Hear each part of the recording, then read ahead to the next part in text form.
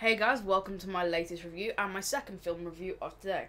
So I'm going to be reviewing something that's a little more dear to me, as it was something I used to be quite obsessed with in my younger years, and that probably sounds weird coming from me, but I'm probably older than you probably think I am. But it's Scooby-Doo on Zombie Island. I used to be quite a big fan of Scooby-Doo and the movies that came out during the early 2000s and late 90s, because I really liked the way some of them worked, such as like the Boo Brothers with the riddles, and the ones where it was just Shaggy and Scooby, and more importantly, Zombie Island. So essentially, Zombie Island is based around the fact that the group is fed up of not being able to find real monsters, ghosts, ghouls, whatever, because anyone who's seen the cartoon, anyone who's been outside, will know that every single cartoon episode of Scooby-Doo ends with, "And I would have gotten away with it too if it weren't for you meddling kids," or some variation on that, because the ghost is always just someone in a costume. And they've had enough of this, so Daphne has quit, or at least it seems like they've quit, say it that way. And Daphne has this new TV show called Ghost to Ghost with Daphne Blake, where she tries to go to different haunted places. And it's her birthday, so Fred organises the gang to get back together and go to this place in Louisiana, Moonscar Island, where there's supposedly hauntings and creepy things because of a pirate attack where they slaughtered a lot of innocent people.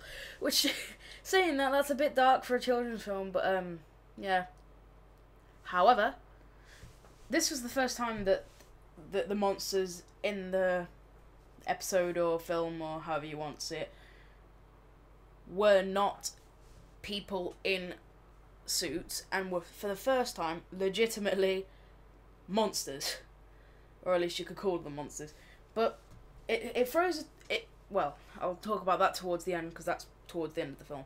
But the thing that I really do like about this film is the atmosphere it gives off. Usually, Scooby-Doo's quite light-hearted, but some of the older Scooby-Doo movies, like this one, are able to do different things. They're able to provoke emotions that you wouldn't otherwise have, or at least they do for me.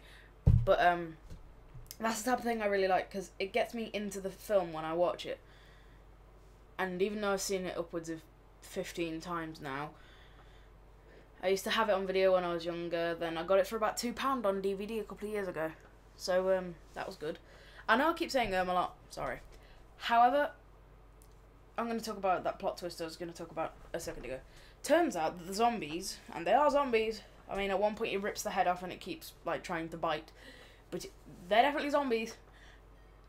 The zombies aren't actually the bad guys of this movie, despite what the title says. The plot twist is, spoiler alert, that the hosts who were allowing the mystery gang to stay in their house, Simone and I forgot the other one's name. It's been quite a long time, sorry. Hold on, I've got the Wikipedia page up, I'll see if I can see it there. Lena and Simone. There we go. So Lena and Simone were the hosts. Lena, I'm pretty sure, was a sort of servant, slave type thing, and Simone is this big rich woman with this big massive haunted mansion and a lot of cats, much to Scooby's dismay.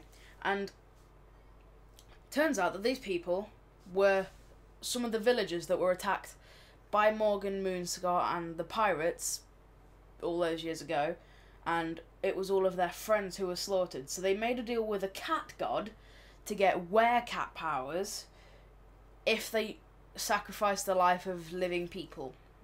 Once every year or once every 10 years. It was more than likely once every 10 years. And it turns out that the zombies were just the people that they've been sacrificing each year. So, just by that, you can see that they've been around quite a long time, because there are quite a few zombies. There is a good couple of hundred. You also get to see Morgan Moonscar's zombie. You can tell that it's Morgan Moonscar because, one, it's got the scar, and two, it's got the pirate hat.